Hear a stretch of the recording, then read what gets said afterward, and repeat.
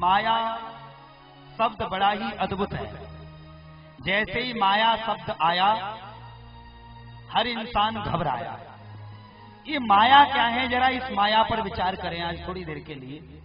मा माने होता है नहीं और या माने होता है, जो वास्तव में सत्य नहीं है लेकिन हमें सत्य प्रतीत हो रहा है। बस यही मेरे ठाकुर जी की माया है, यही मेरे ठाकुर जी की माया है। वास्तव में ये संसार अपना नहीं है लेकिन जीव फिर भी इसे अपना मानता है। बस यही ठाकुर जी की माया है।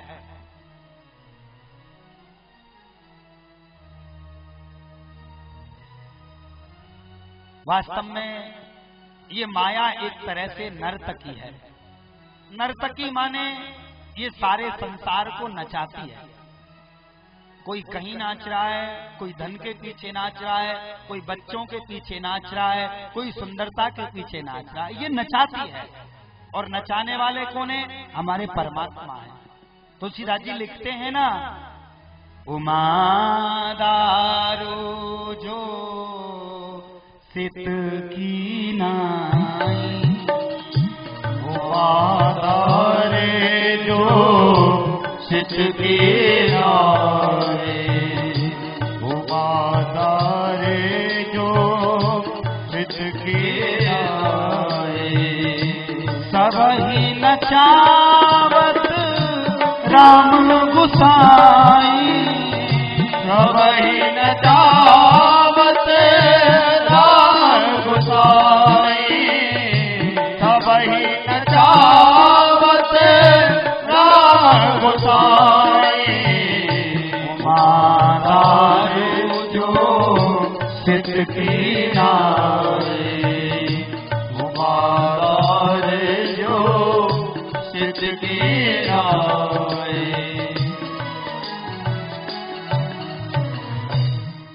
सारा संसार नाच रहा है, परमात्मा नचा रहे हैं।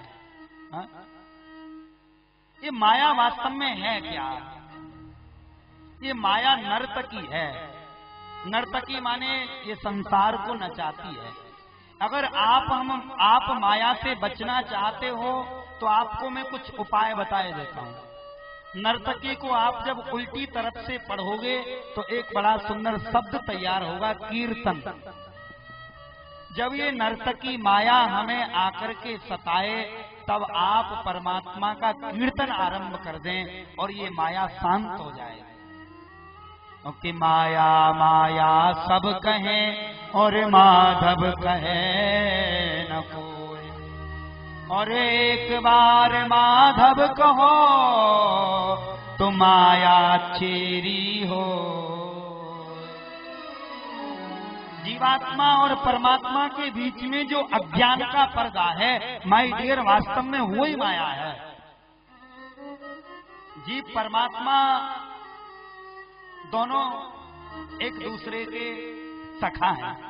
द्वास वर्णा सहजा सखाया, लेकिन फिर भी एक दूसरे से अनजाने बने बैठे हैं। क्यों? क्योंकि यही भगवान की माया है। जैसे हम किसी साहूकार के दरवाजे पर जाते हैं तो पहले तो बहुत बढ़िया समय था, लोग लिखवाते थे अतिथि देवो भव, उसके बाद लिखवाते थे स्वागतम, उसके बाद लिखवाते थे शुभ लाभ। लेकिन आज के समय में अधिकांश घरों के बाहर लिखा रहता है कुत्तों से सावधान। अब ये परमात्मा जाने कि घर में कोई कुत्ता रहता है या घर वाले ही कुत्ते हैं। बोलो राधे राधे। लेकिन लिखा जरूर रहता है। किसी बड़ी कोठी में जाओ तो वहां कुत्ता मिलता है? ये कुत्ता और कोई नहीं, ये कुत्ता ही माया का प्रतीक है। हम जब परमात्मा से मिलने जाते हैं तो उनके दरवाजे पर भी एक माया रूपी कुत्ता बैठा है, वो हमें मिलने नहीं देता। हमारा परम अधिकार है कि उस कुत्ते से भी बचें और परमात्मा से भी मिलें। ये हमारी बुद्धि के ऊपर निर्भर करता है कि हम कैसे उस कुत्ते से बचें और कैसे उस मालिक से मिलें, उस परमात्मा से मिलें। कोई बता सकता है मुझे कि वो कुत्ता भी हमें ना काटे और हम घर के मालिक से भी मिल लें? कोई बताएगा? हाँ,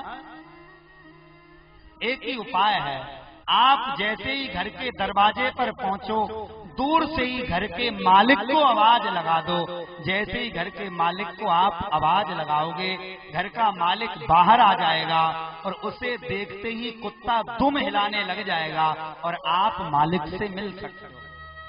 जैसे ही ये माया रूपी कुत्ता तुम्हारे बीच में आए, माय डियर, एक बार प्रेम से कह दो, हे माधव हमारी रक्षा करो, और आप जैसे ही माधव कहोगे वो माया शांत हो जाएगी और आप अपने परमात्मा का भजन कर सकते हो, उनसे मिल सकते हो।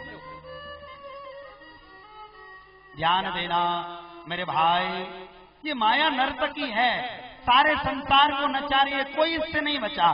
चाहे कोई साधु हो, चाहे महात्मा हो, चाहे गृहस्थी हो, चाहे ब्रह्मचारी हो, हाँ कोई नहीं बचा। क्योंकि चलती चाखी देख कर और दिया कबीरा रोए। क्यों रोए कबीरदास जी? क्योंकि दो पाटन के बीच में साबुत बचान को। ये साधारण चाकी नहीं है, ये एक अलग चाकी है, ये एक विचित्र चाकी है, जिसका एक पाट है आकाश, दूसरा पाट है पृथ्वी। ये माया रूपी चाकी है, और ध्यान देना, इस माया रूपी चाकी से कोई नहीं बचता। अच्छा, चाकी कौन कौन माताएं चलाती हैं? किन किनों ने चलाई है? हाथ खड़ा करें। अच्छा, जब चाकी में गेहूं डालते हैं तो सारे पिस जाते हैं ना? ऐसे ऐसे करो या ऐसे ऐसे करो, पिस जाते हैं ना? इसका मतलब तुम किसी ने चाकी चलाई ही नहीं, झूठ बोलती हो। सुनो क्या बचता है। अब जब कबीरदास जी ने ये बात कही तो उनके पुत्र कमाल को बड़ी जोर से हंसी आई कि चलती चाकी देख कर और हंसा कमाल ठठाए, क्योंकि जो कीली के पास है वाकू काल न खाए, वाकू काल न खाए। मेरे भाई, चाकी में सब कुछ पिस जाता है, लेकिन जिस कीली के सहारे वो चाकी के दोनों पार्ट लगे रहते हैं, उस कीली को कभी उठा के देखना पार्ट को, उस कीली के सहारे तुमको काफी धान साबुत मिल जाएगा। ये कीली है क्या? इस माया रूपी चाकी से सारा संसार पिस जाएगा, लेकिन कीली माने परमात्मा, जो परमात्मा से जुड़ करके रहेगा। मेरे भाई, ये माया उस जीव का कुछ नहीं बिगाड़ सकती, वो जीव हमेशा आनंद में रहेगा जो मेरे परमात्मा के चरणों में लीन रहे। लोग कहते हैं महाराज इतने धर्म के प्रवचन हो रहे हैं, इतने सत्संग हो रहे हैं, इतनी कथाएं हो रही हैं, लेकिन अधर्म इतना बढ़ता क्यों जा रहा है? ध्यान देना मेरे भाई, ये प्रवचन, ये कथा, ये अधर्म को नहीं रोक सकते। अधर्म की वर्षा सतयुग से हो रही है और होती रहेगी। ये सत्संग तो एक तरह से छाते की तरह है, छाता कभी भी वर्षा को नहीं रोक सकता। हाँ, एक बात कहना चाहता हूं, अच्छी लगे तो आपकी ताली बजनी चाहिए। ये छाता बारिश को नहीं रोक सकता, उसी प्रकार ये कथा कभी भी अधर्म को नहीं रोक सकती। लेकिन ये बात मैं विश्वास के साथ कहता हूं, जो छाते के नीचे रहेगा वो बारिश से बच जाएगा, जो मेरे ठाकुर जी के चरणों में रहेगा उस पर ये माया कभी भी प्रवेश नहीं कर सकती, वो सदा मस्ती में रहेगा। आओ तो सही ठाकुर जी के चरणों में,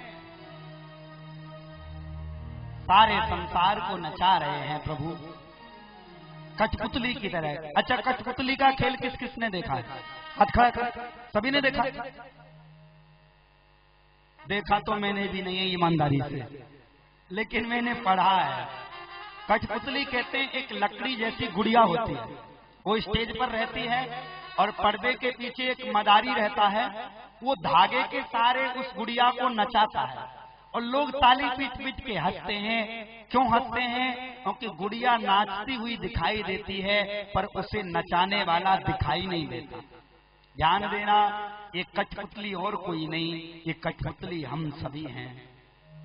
हम सभी नाच रहे हैं, कोई पत्नी के पीछे नाच रहा है, कोई बच्चों के पीछे नाच रहा है, कोई धन के पीछे नाच रहा है, लेकिन नचाने वाला वो परमात्मा दिखाई नहीं देता।